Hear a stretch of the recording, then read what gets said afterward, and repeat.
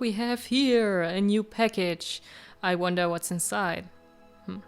Actually, I know, but suspension. I'm actually really excited to open it, so let's open it together.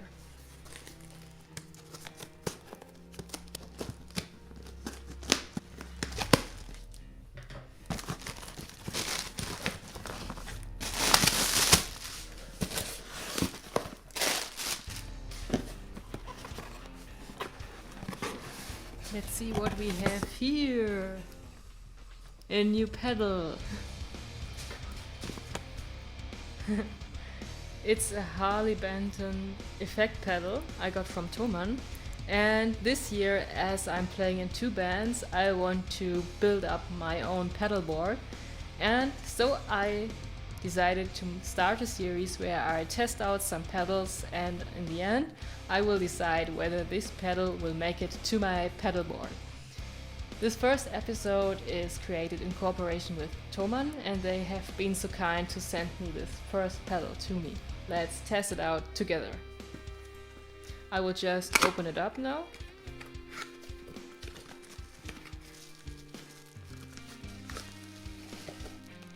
Okay, so we have here a wonderful blue, baby blue delay pedal.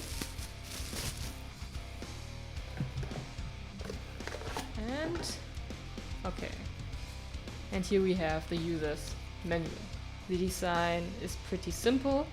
It's some kind of a rectangle, and the edges aren't pointy, they are round. And one thing that has immediately caught my eye is here, this plastic. But I removed it now. So here we have it now in a close-up. Here's the box in which the pedal was shipped. Here is the actual pedal, the user's manual, and some stuff. So let's take a look at the pedal. We have here the Harley Benton Digital Delay pedal in a close-up. And like every other delay pedal, we have here 3 knobs that are adjustable. This is the first knob, which is time. Time tells you at what point the first repetition of your note will take place. So it regulates the delay time.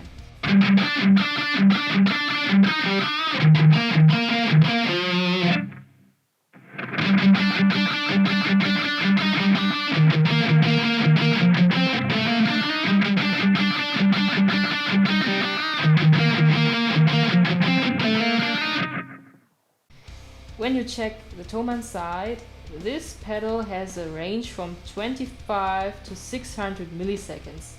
Though here aren't any marks to adjust the time on point or more specifically. So you know here, these are 600 milliseconds, and here this is apparently 0 and the bit is 25 milliseconds. To adjust this, we have just to test it out, and we will do this later on. We have here the repeat knob, and this one will tell you how many repetitions this delay pedal will get you. The level knob will just regulate the volume of the pedal, so if you want to have a delay here, you probably won't hear anything. If you have it here, it might come to some kind of saturation. I don't know. Let's test it out. If we take a much closer look, we can see some details of the pedal. I think the quality of it is just fine. There are no printing mistakes here. You can read everything. The letters are really big, so that if you are standing on the stage and want to adjust something really quick, you don't have to search that long. It's written in very capital letters, and it's really easy to adjust everything. That's my opinion. We have here some fancy details of a clock, a burning clock. It's a burning delay. I don't know. We have here the DC in, the instrument input, the instrument output, and I will show it to you now from the sides. Instrument input and power supply input on the right side, instrument output on the other side. Here's the barcode. Here is nothing just wonderful baby blue color, and my camera can't decide where to focus. And here on the back side we have some advices concerning battery and the LED. That's it concerning the pedal itself, and I guess the best thing to get an idea how this pedal works is to just test it out. I will just quickly show you my setup for testing out and recording. I have here my bias head by Positive Grid. It's a modeling amplifier, and I've turned on the cab simulation. Then I have here on the back side my effect loop, and I've put the pedal here in the effect loop. I will now record stereo with the stereo out. These two cables are plugged into my audio interface, and I'm recording with Cubase AI7.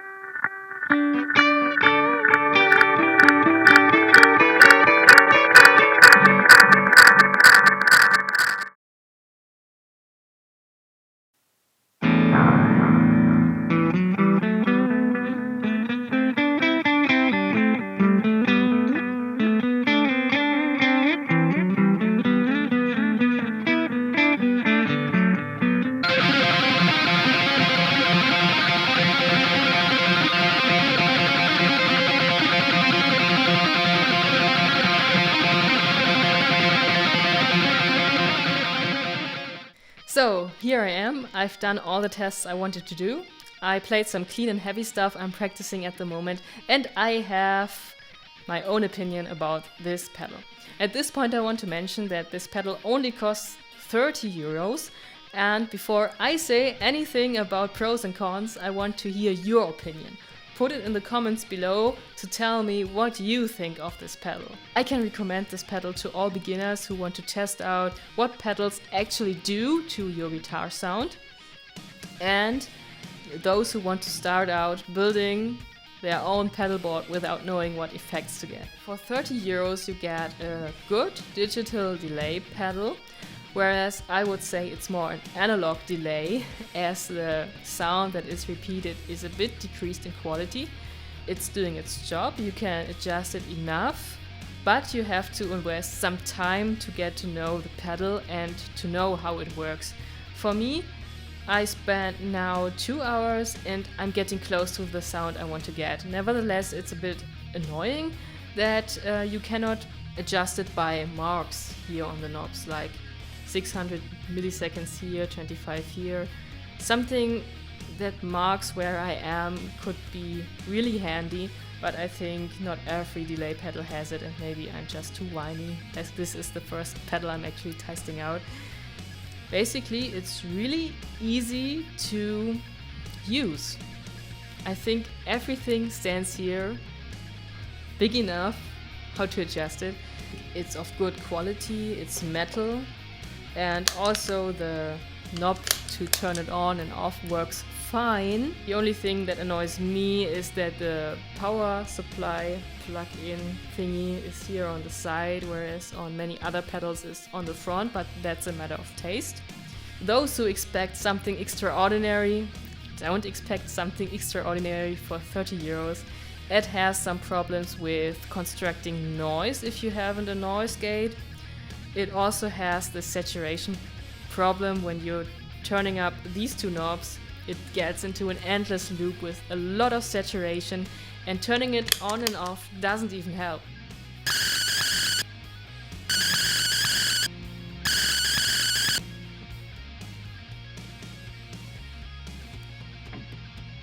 So you have to plug out the power supply and plug it back in to get rid of this saturating sound. And when you're playing live, I don't think it's that a great idea to get on your knees and plug out the cable and plug it back in. You don't have time for this, so that is a big minus point for the pedal. It does its job concerning giving solos and riffs more room. It sounds fuller than just playing without the pedal, and this is why it's working just fine for 30 euros. But those who expect something better should look for alternatives, as it has some bugs. I will nevertheless test it out in a live context and let you know what I think about this pedal when I play it live together with my bands. So it is now a part of my small pedal board, and I would give it a 6 out of 10 in a rating because of the pros I've mentioned and the cons I've mentioned. Alright, on Friday I have a cool video for you. It isn't a cover but something original from a band Oversense, but I won't say anything more. Just stay tuned and rock on!